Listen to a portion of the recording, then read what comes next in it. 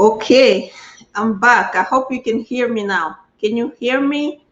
In the comment, please say you can hear me. Can you hear me? I got one person in the comment. Please say you can hear me. Please say in the comment if you can hear me. Because this is, I wanted to do with a new software, but quite frankly, it didn't work. So I'm back on StreamYard. Hopefully you can hear me.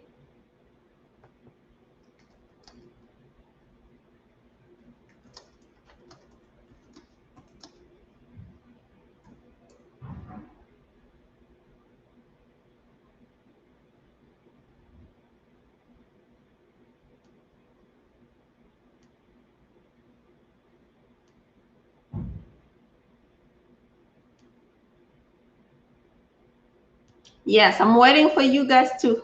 Hi. Yeah, can you hear me now? Hi, Ajibadi. Can you hear me? Say yes if you can hear me, because the I was on the other. Oh, Solomon. Good morning. Good morning. How are you? Jude. So you can hear me now, because I was in the other live stream. Let me delete it because people might be going there. It's not really good. Let me delete it. Just give me 1 minute.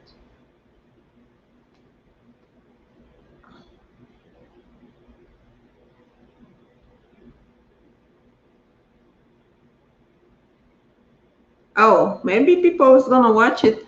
Anyway, so yeah, you can hear me now. Okay, let's start over because I was on the other, was trying to start with a new software, but obviously it didn't work out. I'll try it on my own first before I go live next time. That's what I'll do. But let's just get right into it. So basically what we're talking about DACA recipients.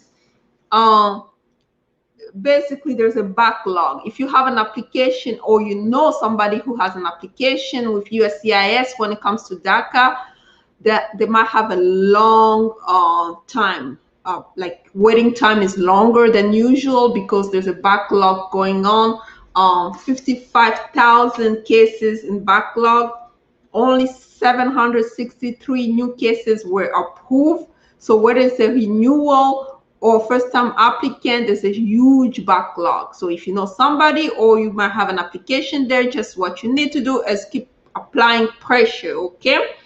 So now I'm going to go ahead and take questions. So what are the questions? Good morning. Hi, Bijoux. Please say hi to me. Hi, Jills. How are you? I hope you're doing well. Love. Okay, let's go to your question. Love. I recently lost my job. I have another job. Can I use that for affidavit of support and have? Yeah, you can. Yes, you can use the 3 years, 2018, 19, and 20. But still, you have to let's say you have to explain to them that this is a new job. As far as the job shows that at the end of the year, you're going to meet the poverty. Basically, you're going to be 125% above poverty guidelines based on the household size, then you should be fine. So basically, I think I've answered your question, love. Good morning. How about TPS, how about them? Well, I haven't heard anything. If you're talking about new TPS applicant like the Haiti, they haven't started taking applications yet. So as far as I'm concerned, but if you're talking about the Promise Act, my friend, nothing is moving. We're just waiting and waiting. So last time Biden had a, I guess today or yesterday, he had a U.S. citizenship naturalization, and so basically he was going to push for DACA, Farm Workforce Modernization Act, and TPS holders, the Promise Act. So let's hope for the best. What is the poverty guideline for two in household? Let's find it. Give me 1 moment. Let me share my screen. Let's find it, okay? Love. Let's find it. Give me 1 moment and let's find it.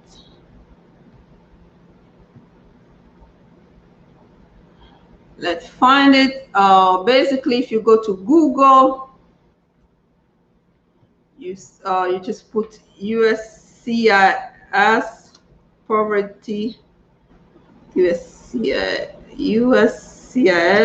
poverty guidelines, or you go there. Really, it tells you the poverty guidelines. So then you come here, you go down here, and then pretty much you click here.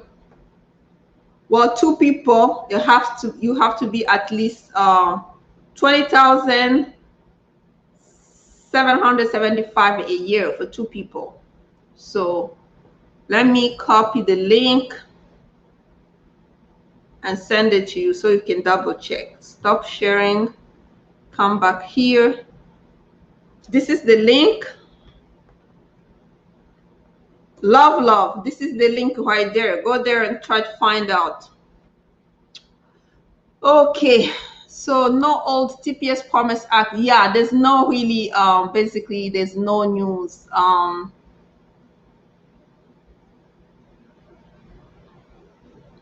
Well, it doesn't mean anything until they actually approve it. Love. So basically just wait until they approve it. Jimmy Jills, are you talking about TPS in terms of people who actually TPS? The way it works, your country has to be designated for a TPS. So TPS, it just does not, it's not like everybody can apply for it. You have to come for a certain country that has been designated for TPS. We have Haiti, we have El Salvador, Syria, Liberia, those type of countries. So, and then apply during enrollment time. So I don't know, love about the embassy. You just have to call them directly. So Jills, I hope I answer your question. So where are you from? Basically, you have to come from a country that actually has been designated for TPS in order for you to actually be qualified to apply for TPS. And then you have to meet the requirement for TPS as well. So what about the immigrant B1B visa start function? Jude Solomon, what is your real question?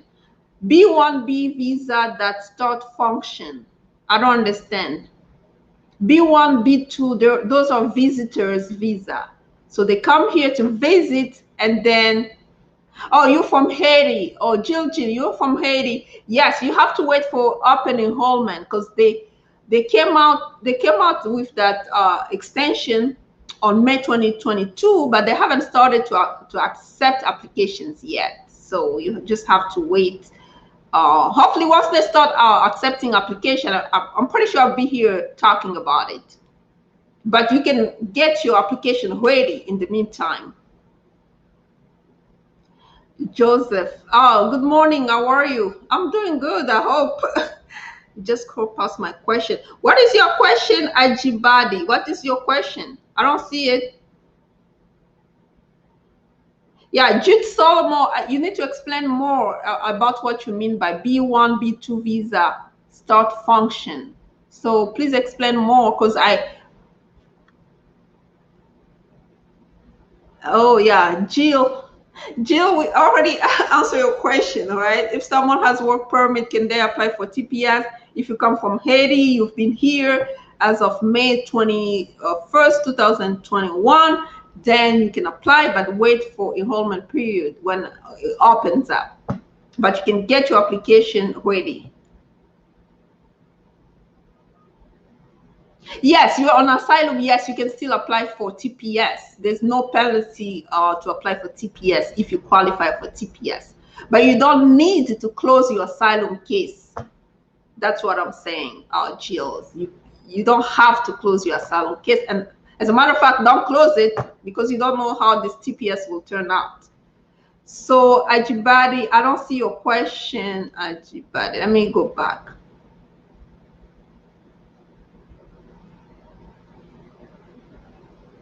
Oh, so your boss said that, well, Ajibadi. So basically, if your boss doesn't want to do anything, there's really much we can do. And when it comes to work, employment type of petition, the your boss has to be willing to go through the steps. It's because there's a lot of steps involved. He has to get labor certification. He has to be able to prove that he couldn't hire other qualifying applicants and all that. Maybe that's why he's just backing out now, because there's a lot of steps to go through it. So, and if he doesn't want to, really, there's not much we can do, because he has to be willing to go through all those steps. Yes, I think, Ajibade, I think I've answered your questions. Okay, let's go now to.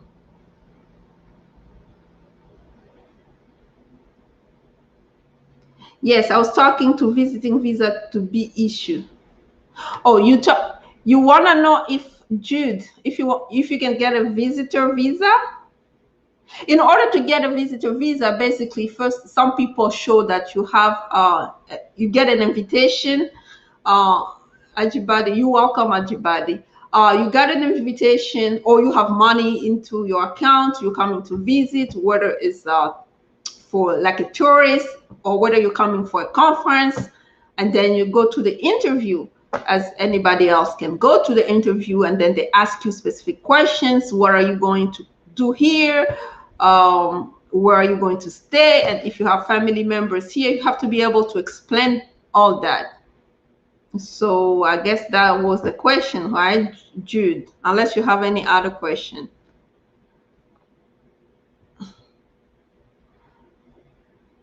So yeah, let's get into those questions. Yeah, this camera is not anything, nothing is working. I tried to get a new webcam. I tried to get new software, but I just went back to StreamYard. So on the D26 visa application, when it asks you, was you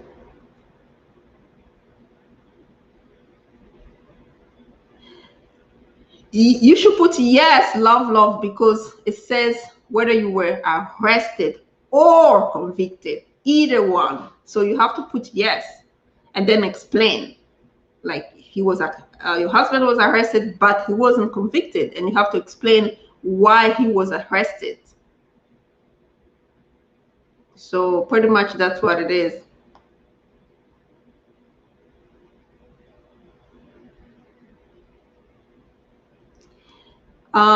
Olatunde Olutola is 1880. Do you mean C8 can be 2 years now?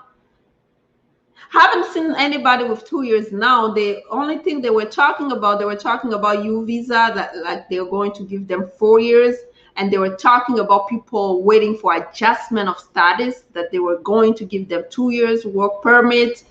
As far as C8 is concerned, I haven't heard anything in that area, whether they're gonna give them 2 years. I hope they give them 2 years, because why would I give 2 years to other people, not them?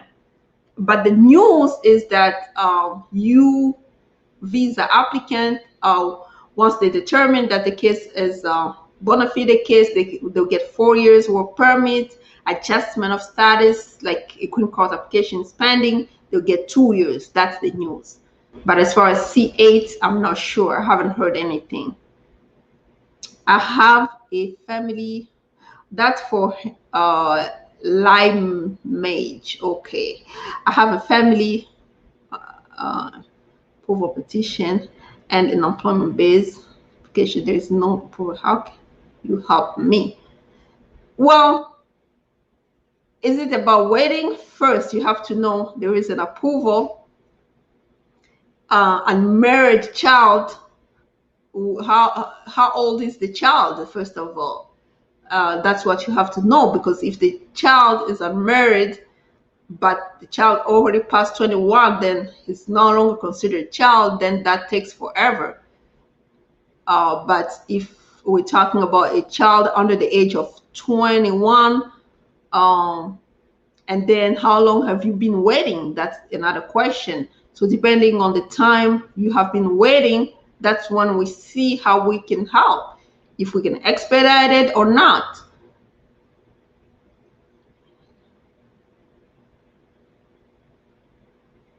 Can you please kindly give me any job website for me to have an opportunity to stay and work in the US? Solomon, I really don't have any website.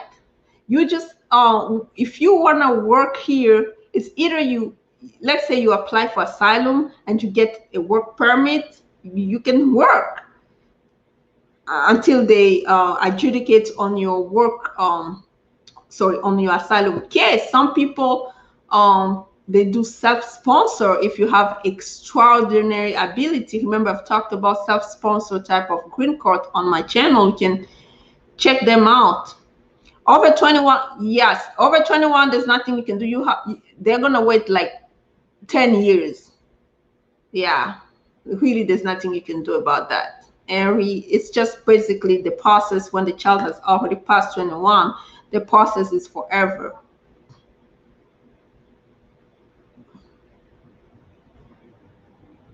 And then, yeah, employment. So basically, when you're talking about, yeah, Harry, I think I know what you're talking about. You have a employment-based application, and then your child has already, that's when they talk about there's a lawsuit going on about, especially for employment type of visa, when the children already past the age of 21. Really, there's no other solution when it comes to it. Basically, what's going to happen is either your child can apply for a student visa, or the child can, if they get married, or once you petition for them over 21, it takes actually 10 years. So there's a lawsuit. People never won on those cases. If you can Google it, you'll see that there's a lawsuit going on when it comes to employment based and children aging out. There's no real solution. There's not they're not forcing the ages. So basically, that's what I want to say. Love says happy 4th. Yeah, happy 4th of July. So we're not gonna stay longer here. Please, do you have any lawyer accident, like, oh, personal injury lawyer? Where are you located? In Florida? If you're located in Florida, I know a law firm that can help you out. But here, I don't know. Quite frankly, here, I don't know any personal injury lawyer. But if you're located in Florida, they can help you. I know somebody in Orlando. They can help you out. Ajatiam. Hi. Hello. How are you?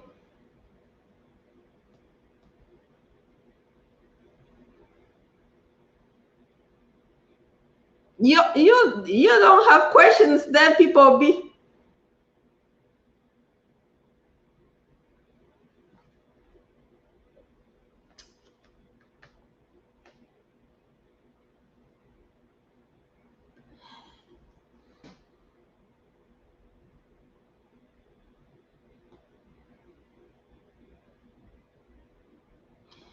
You don't have questions, and then when I'm gonna stop, you guys keep emailing me. You know, if you email me, I'm gonna charge.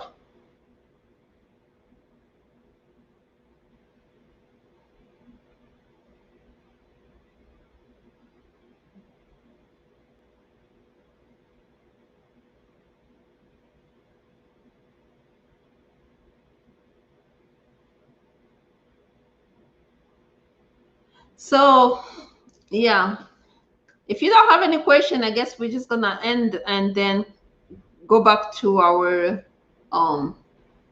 happy 4th of July. So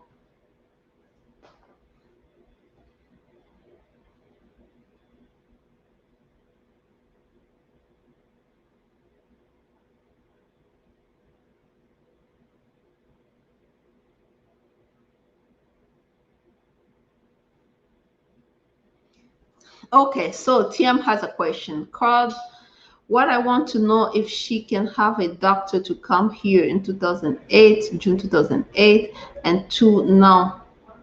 What? Aja, I don't understand your question.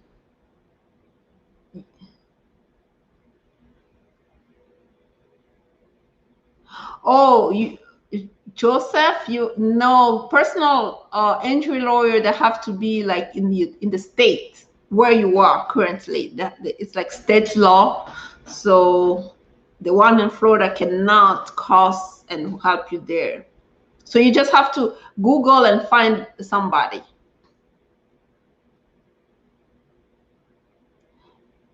Yeah, Ajibadi really, it's basically, it's a fight. It's a political fight basically among Democrats and Republicans. So I can't really tell you what is holding them back, but the only thing we know is that they're trying to put something, at least something, in the bill in September when they start voting for the new budget. Hopefully, something they might like slip something in it. But when it comes to the bigger overall proposal, yeah, it's like, yeah, I don't know what to say about that one.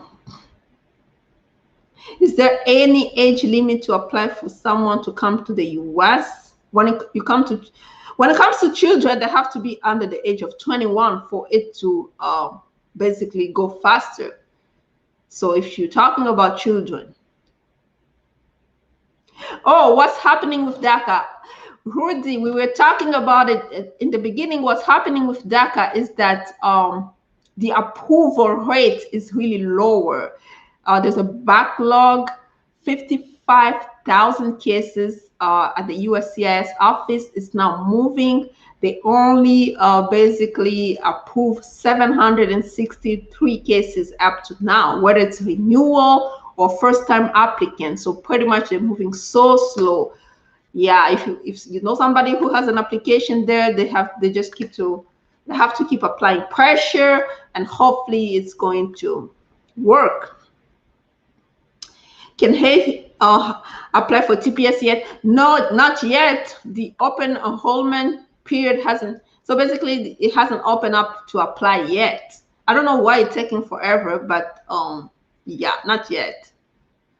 How many small picture do you have to take to the interview? You see a visa at the embassy. Small pictures?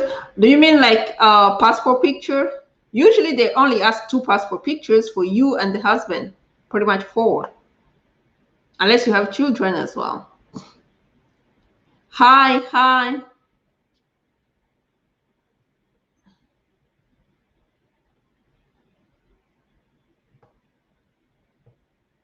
Gina, bonjour. Gina, where are you from?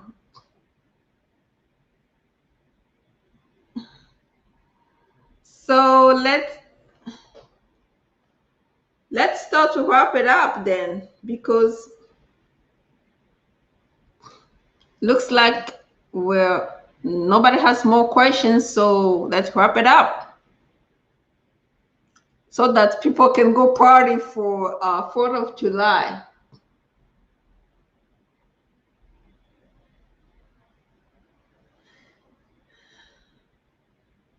Yeah, it looks like nobody has more questions.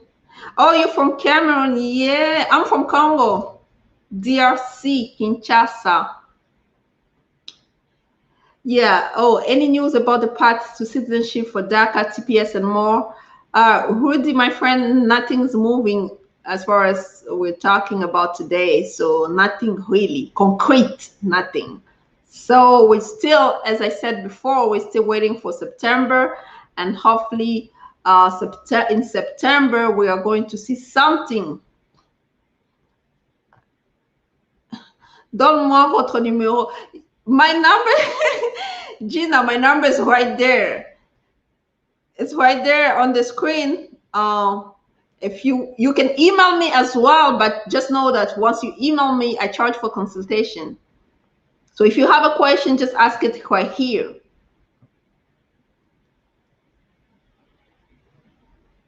My cell phone? Gina, you're funny.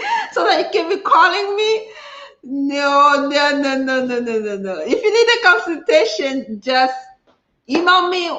We schedule a time for consultation. So, yeah. But if you have a question, just ask it here. I'll answer your question right away here. Because once you start emailing, then it becomes like a different type of work. Then I have to charge you. But if you ask your question here, we can answer it right away.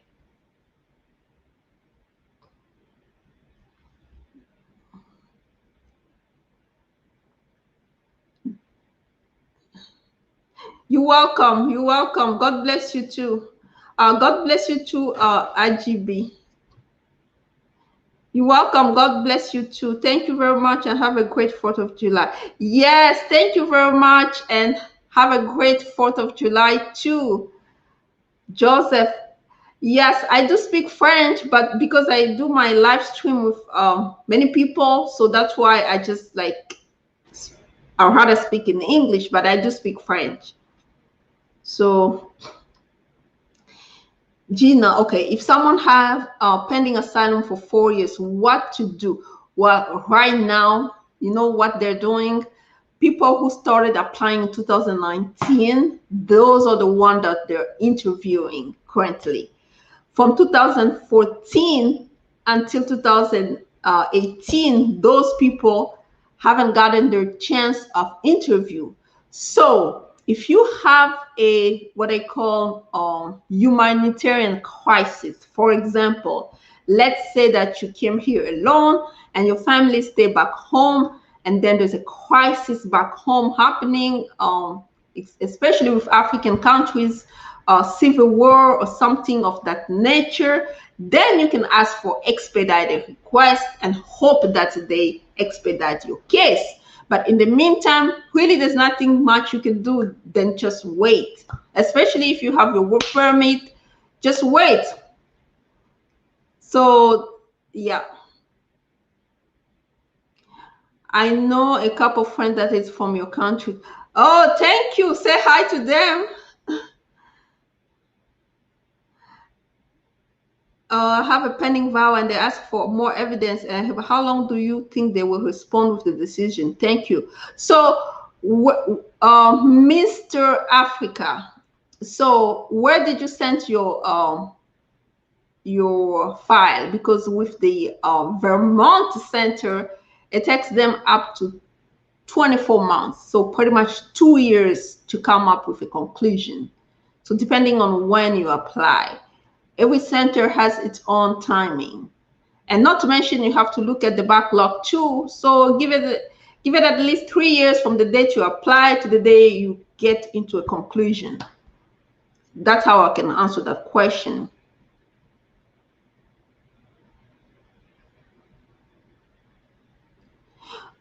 After the, yeah, so Nyambu, once the petitioner withdraw the application, the marriage is over. Depending on why the petitioner withdraw the application. But the thing is, if the person was being abused in the marriage, then the person at that point, the beneficiary, can apply for a VAWA petition, but that will be very challenging because the petitioner has already withdrawn the application. So that would be VAWA if abuse happened, and really the person has to be willing to prove it. Okay, my daughter came in 2008, age 6. She graduated in 2020. I want to know if she can have a DACA. DACA, no, unfortunately, must have been here in 2007. I believe that's for DACA, Aja. Yeah, DACA really it's so specific that, yeah, 2007 was the cutoff. Hi, my daughter is 12 years old and she came in 2017, so she can apply for DACA. Let me check DACA again. Give me one moment. Let me check DACA again. I'm happy to meet you because you're doing a good job. Thank you. Finally, somebody's appreciating. Thank you. So let me check for DACA. Aja and Patel. Let me check again for DACA requirement. Okay, give me one moment. I'm going to share my screen. I believe it's 2007, if I don't mistaken, because I haven't done DACA for a while. So give me one moment to check for DACA, okay? Give me one moment to check for DACA. DACA.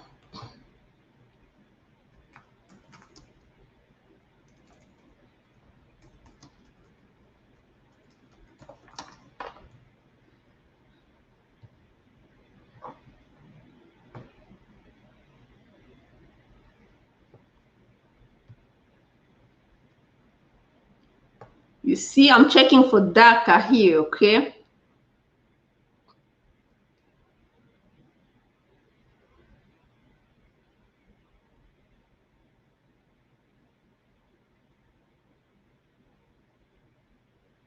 Okay, if you do, you go to guidelines.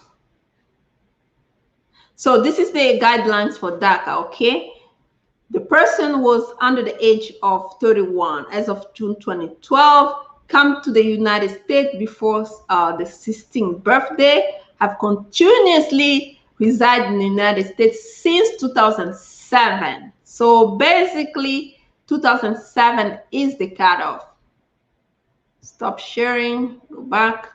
Yeah, unfortunately, who was asking the question of DACA? Patel and Tiam, no. 2007 is the cutoff for DACA.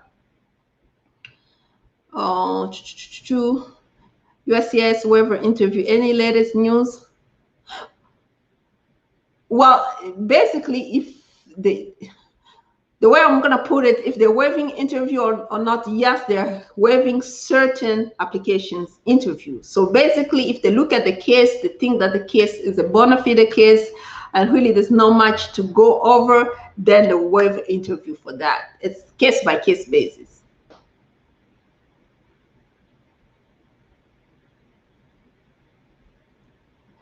One year you requested a motion to reopen a case and then no feedback. What can you do? Well, you can just follow up.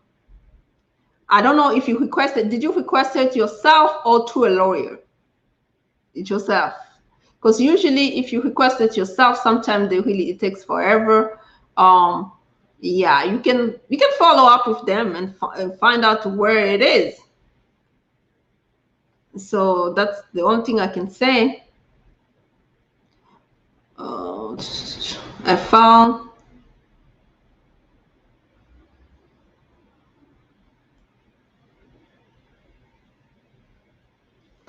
Wow, you have a lot going on, Mark and Traore. You filed a 360, and then it was approved, and then you have a deportation from your asylum case.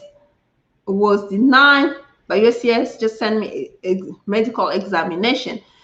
So what the real question is, when was your I-36 and I-485 approved? Before the deportation or after?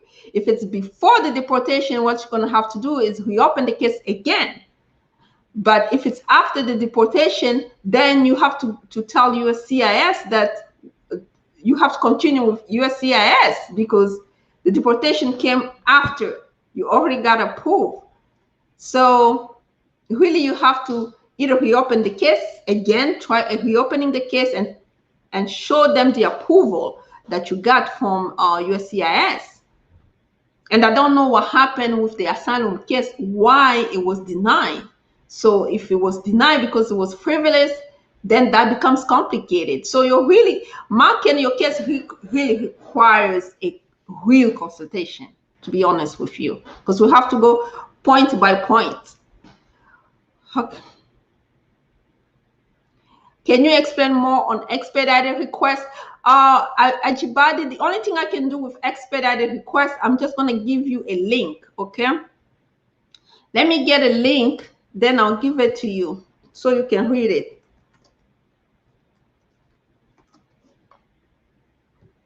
Let me give you the link so you can read it and see if you can. Ajibadi, this is the link for expedited request. It's pretty straightforward. So just go ahead and read it and see if you qualify and try, because it doesn't hurt to try. I have I-485 and I have an appeal. No, W6LQ, if the appeal is pending, unfortunately, they are not going to renew your EAD until they get a final decision for the appeal. Sometimes people get lucky, they get it renewed, but as far as procedures are concerned, they're not until you get the final decision from the appeal. So, Stephanie, if I overstay my tourist visa for 3 years and then leave and I got married to a U.S. citizen in my country, can I visit him now the same with visa without any problem? Oh, it's going to depend. If you overstay, then you left, maybe you have a ban. So the only way you're going to find out is once you request a visa, they might not approve it, talking about you have a ban for overstaying your visa. At that point, what you can do, Stephanie, is apply for a waiver of unlawful presence, and then I'm pretty sure you're going to get it if you're married to a U.S. citizen. My friend from for some, come on now. Yes, Gina, your friend can speed up the case. Look at the link that I just said, USCIS expedited requests. Your friend with those proof, basically what I want to say that your friend has a ground for expedited requests, so they can file and see how it's going to lead them. How many small picture do you bring to the medical exam? Usually it's only 2 pictures. If you're 2 people, 4 pictures in it. No, Sanita, there's really no update when it comes to essential worker. As I said before, we're still waiting for September. Once they start voting for the budget, hopefully they're gonna insert something in that infrastructure bill. But as far as a real update, unfortunately, my friend, there is nothing moving. If I have a pending vow for permit and also in deportation proceeding, is it okay to travel overseas? No, Mr. Africa, I don't think it's going to be a good idea to travel overseas if you have a deportation proceeding pending, because you don't know what the decision will be on that deportation, and then your VAWA is pending. You don't know the decision on the VAWA. Let's say that the VAWA gets denied when you are overseas, it's going to be pretty much impossible for you to come back in. So I will strongly discourage you to do it. That if you want my advice, basically. Stephanie said, thank you. Welcome, Stephanie. The deportation was 2011, was approved in 2018, was denied. Oh, because you were not prepared. Okay, deportation was 2011, but your case was approved in 2018. So pretty much what is going to happen is, and did you say that your I-485 is approved as well? If your I-485 is approved as well, that's it. The case is over, right? So basically what happened is, basically you didn't leave, but then you claim VAWA. And I believe that with VAWA, there is a waiver that comes with it, unlawful presence for unlawful presence. And if the I-485 get approved, then the case is closed. You should go to your examination, do the medical theory. You should go to do your medical examination. Really, I don't see any problem with that, because your deportation was before, your VAWA came after. So you should go do your examination. I'm pretty sure your I-485 will get approved. That's what I'm seeing when it comes to your case. Yes, Gina, you can ask your friend to email me. Let him know that I charge for consultation $175, so we can go over the case, and I will explain to him what we can do when it comes to expedited requests. So 485 is still pending. Yes, Tower, you should go and do your examination. I'm pretty sure you're going to get your 485 approved. Basically, because the reason I'm saying that is because when it comes to VAWA applicant, 2011, the case was denied, you were ordered removed, but you didn't go, but then you apply for VAWA. Then you have what it calls a waiver for unlawful presence when it comes to VAWA applicant. So I'm pretty sure that your I-485 will get approved. If it doesn't get approved, what you're going to have to do, Tower, is to file for a waiver. And so convinced that you're going to get it because your VAWA already got approved. So if you need a consultation, Tower, you need to email me, okay? So, and then we'll see what we can do to help you out. I charge for consultation, but your case is in the right direction, Tower. So don't mess it up. Really do not mess it up, your case. It's really on the right direction. Someone is on intent removal. Can they still apply for work authorization? They can apply, but I don't, they're in removal proceedings. If somebody's in removal proceedings, there's a reason why they went to removal proceedings, right? Let's say that their case, the asylum case, was denied at the USCIS office, and then they send them to removal in removal proceedings. They can still apply for the EAD until the court adjudicates their asylum petition. But let's say Kwesi, they got into removal proceedings because their marriage petition got denied. At that point, they cannot, because their work permit were related to the marriage petition. So I don't know why the person went to removal proceeding. I have to first know why they went to removal proceeding. That way I'll know how to advise. So Aja, wow, you guys now have questions, okay? It's already 41 minutes. I see. I got my green card in 2020. My daughter is here. I want to ask if I can apply for green card. Yes, you can apply for green card, and she's 18. Yeah, that's when you should basically apply now for your daughter, because she's still under 21. So you better apply now, like today. Tiam, you better apply today. Hi, lawyer. If someone has an asylum pending application, the TPS can travel with a parole outside the U.S. If they have TPS, they can travel with parole outside of the U.S. But remember, Joseph Kinold, if the person has asylum pending, they have to be careful where they're traveling, really, because if the USCIS find out that they're traveling back home, then there is a problem. Their advanced parole can get terminated, because remember that advanced parole is discretionary. They reserve all the rights to deny you re-entry. So when it comes to traveling, when the asylum case is pending, I really suggest that you think about it. It has to be something really urgent for somebody to travel when their asylum case is pending, because it can go either way. But TPS, when the person has the TPS, then they can travel outside the United States. But if they have TPS and asylum pending, they have to be careful where they are going outside of the US, because they can't be going home, because remember, asylum, fear of persecution from home. Victor Johnson, you've been calling me. I didn't pick up. Yes, I cannot pick up my phone, because the way it works, if you call me, it goes to the voicemail.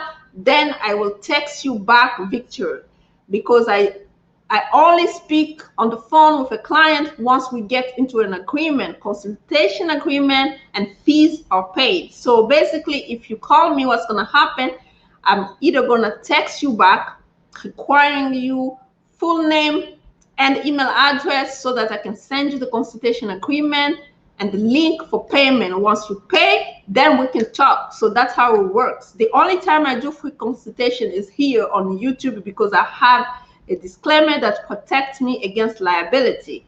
So if you want to talk to me on your matter, we're gonna have to enter into an agreement first before I can talk to you. So you can call me or email me, but what's gonna happen is you're not gonna talk to me directly until I send you the consultation agreement and you make the payment fees. So Victor Johnson, that's how it works.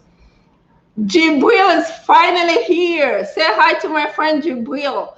Good afternoon. Thank you for joining us. We're almost done. That's when you're coming. We're almost done, Jibril. That's when you're coming. Is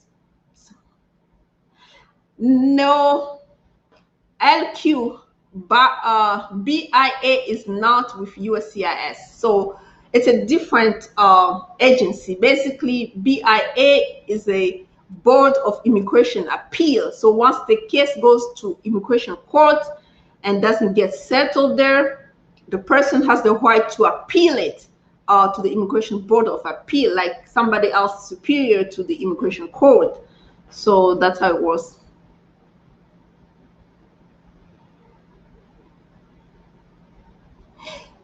Love has all her answers. Okay, once your husband gets here, right, what's gonna happen is he's gonna apply for a green card. Once they get the green card, usually doesn't take that long for people who actually get here with the immigration visa, immigrant visa. So then he can work.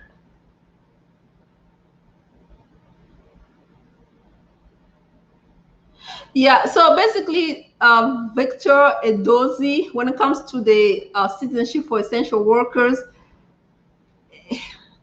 I don't know what I can say when it comes to it. Basically, what's going on is that it's just there. Nothing is moving. We're waiting because somebody's saying that they might insert it in the infrastructure bill in September. So I don't really have a good answer when it comes to it. Let's just wait and see what's gonna happen. Yeah, that's the same Herman Wambo. That's the same answer. What is my email address? Okay, my email address is Victor Johnson. Victor Johnson is so funny. My email is just like on display, but let me just put it here and see if you're going to email me. Victor Johnson, my email address, once you email me, please email me with your full name and your phone number. So that's my email right there. Have a good day. God bless you. I'll be waiting for you for another session. Yes, thank you very much. Thank you very much. I think we talked a lot today, and it's July 4th, and it's a Sunday. So I hope I answer all your questions. We'll try again some other day. I'm gonna go ahead and delete the other one because it really didn't work. And then until next time, bye bye, ciao. Have a great Sunday. Hope to talk to you soon. Bye bye.